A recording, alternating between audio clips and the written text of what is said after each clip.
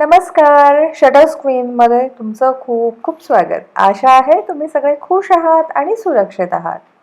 Can money by happiness? Research suggests that money can buy happiness, but only up to a certain point. When basic needs are met, additional wealth does not necessarily lead to greater happiness. पैशाने आनंद विकत घेता येऊ शकतो का, असा प्रश्न जेव्हा मी ChatGPTला विचारला तेव्हा तिथून मला हे उत्तर मिळालं. आता तुम्ही म्हणाल की हे काय वेडेपणा आहे, हे काय नवीन आता सुरू केलं. वेडेपणा वगैरे काही नाही, मला असंच काहीतरी डोक्यात आलं आणि मग मी ChatGPTचं डोकं खायला सुरुवात केली. मग म्हटलं चला आपल्याला हा एक विषय मिळाला, तो इतरांबरोबर शेअर करता येईल. मग बघूयात ChatGPTचं जे म्हणणं आहे ते खरं आहे का. आपणही बोलू शकतो या विषयावरती, नाही का? काही लोक म्हणतात पैसा असेल तर तुम्ही सर्व काही करू शकता.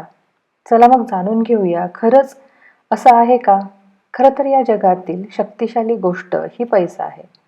पण जर का ही गोष्ट चुकीच्या पद्धतीने वापरली तर तुम्ही त्याचे परिणाम सहन करण्यासाठी तयार असायला हवं. याची अनेक उदाहरणं आपण आजकाल आपल्या आजूबाजूला पाहतच असतो. पण हाच पैसा जर योग्य पद्धतीने हाताळला तर त्यातून आनंदही नक्कीच मिळतो किंवा तो आनंद विकत घेताही येऊ शकतो. कसा? चला बघूया. पैसा हा आपल्या बेसिक म्हणजेच मूलभूत गरजा भागवतो. जसं अन्न, वस्त्र, निवारा. त्याचबरोबर आरोग्य यासाठी पैसा लागतो. पण या गोष्टींनाच आपण आनंदाच्या व्याख्येत घेत नाही. आपल्या दृष्टीने आनंद कोणत्या गोष्टीत असतो? तर सुखसोयीच्या गोष्टी, आराम आणि मनोरंजन. जसं प्रवास किंवा मोठं घर किंवा चैनीच्या वस्तू. पण या गोष्टी खरंच चिरकाळ आनंद देतात का? फायनान्शियल सिक्युरिटीचा जर आपण विचार करणार असू तर सर्व सोयीसुविधा, मूलभूत गरजा पूर्ण करून मिळणारा पैसा हा भविष्यातील चिंता आणि आकस्मित येणाऱ्या प्रसंगांना सामोरं जाण्यासाठी मदत करतो. म्हणजेच काय?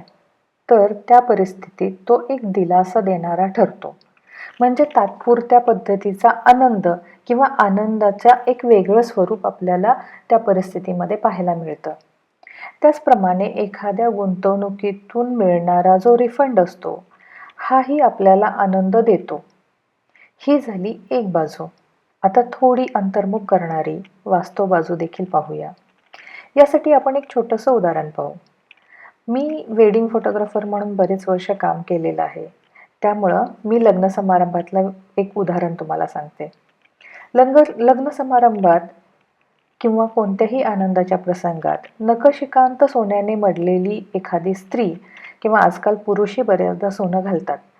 तर त्यांना खरंच त्या सोन्याचा मनसोक्त आनंद घेता येतो का हो?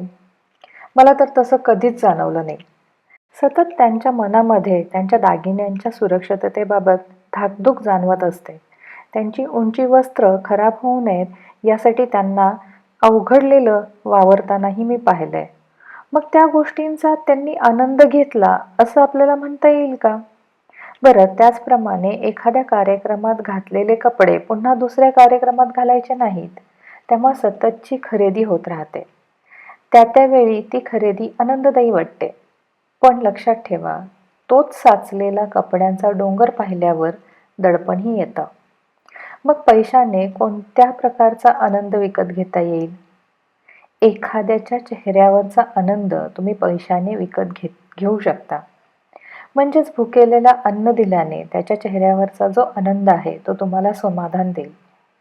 तुम्ही तुमच्या जवळ पैशाने एखादा उद्योग निर्माण करू शकता, ज्याने काहींना रोजगार मिळेल. त्यातून तुमची आर्थिक उन्नती तर होईलच, पण त्यांच्या चेहऱ्यावरचा आनंद आणि त्यांच्या कुटुंबाचे आशीर्वाद तुम्हाला खरा आनंद देतील. म्हणजेच काय? तर पैशाचे योग्य नियोजन केले तर त्यातून तुम्हाला आनंद विकत घेता येऊ शकतो. त्याचप्रमाणे नैतिकता आणि प्राधान्यक्रम. पैसे मिळवताना नैतिक मार्गाने कमवा, म्हणजे त्याचा योग्य आनंद घेता येईल. आणि खर्च करतानाही नैतिक मार्गाने खर्च करा. चुकीच्या कृत्यांसाठी खर्च केलेला पैसा तुम्हाला गोत्यात आणू शकतो. त्याचप्रमाणे पैशाचे नियोजन करताना त्याचा एक प्राधान्यक्रमही ठरवा, म्हणजे आनंद मिळवता येईल. हल्लीच मी एक पोस्ट पाहिली. त्यात त्यांनी एक प्रश्न विचारला होता, गुढीपाडव्यानिमित्त घर घेऊ की नवी गाडी घेऊ? त्यावर अनेकांनी छान प्रतिक्रिया दिल्या होत्या. पण त्यातली एक प्रतिक्रिया मला जरा जास्त आवडली. त्यांनी लिहिलं होतं, की आधी तुमचं पोट व्यवस्थित भरतंय का? पोट व्यवस्थित भरत असेल तर मग घर बांधा. दोन्ही गोष्टी व्यवस्थित होत असतील तर मग गाडी घ्या. म्हणजेच काय? त्यांनी सांगताना असं सांगितलं, की पहिल्या तुमच्या बेसिक गरजा भागवा आणि त्याच्यानंतर टप्प्याटप्प्याने तुम्ही एक-एक तुमची हौस पूर्ण करा. त्यात त्यांनी असंही सांगितलं, की मग पैशाचा ताणतणावही मागे लावून घेऊ नका. म्हणजेच त्यांनी पैशाचा प्राधान्यक्रम सांगितला, त्याचप्रमाणे पैशामुळे येणारा ताणतणाव कसा टाळता येईल हेही सुचवून दिलं. असं म्हणतात, की पैशाने नाती तुटतात. जर एखाद्याची प्रगती बघवत नसेल, तर ती नाती असून पण उपयोगाची नसतात. पण त्याच्या उलट तुम्ही तुमचा पैसा नात्यांच्यामध्ये आणत असाल, तर तोही काही कामाचा नाही. मी नेहमी ग्रॅटिट्यूडवरती बोलत असते. त्याप्रमाणे आताही सांगते. जे आहे त्यासाठी आभारी राहा. तुमच्या उत्कर्षाचा मार्ग हा तुमचा पैसा असेल, तर त्या पैशासाठी सुद्धा तुम्ही आभारी राहणं गरजेचं आहे. या सगळ्यावरती माझी प्रतिक्रिया काय किंवा मी पैशाकडे कशा दृष्टीने बघते? तर माझ्या आयुष्यात पैसा मिळवणं हे माझं एकमेव ध्येय कधीच नव्हतं. त्यामुळे माझा आनंद मी पैशाने विकत घेते. हा ऑडिओ किंवा व्हिडिओ जर तुम्हाला आवडला असेल तर मला कमेंट करून सांगा. इतरांबरोबर शेअर करा, व्हिडिओला लाईक करा आणि हो, चॅनलला अजून सबस्क्राईब केलं नसेल तर प्लीज सबस्क्राईब करा. हा व्हिडिओ पूर्ण बघितल्याबद्दल थँक यू सो मच.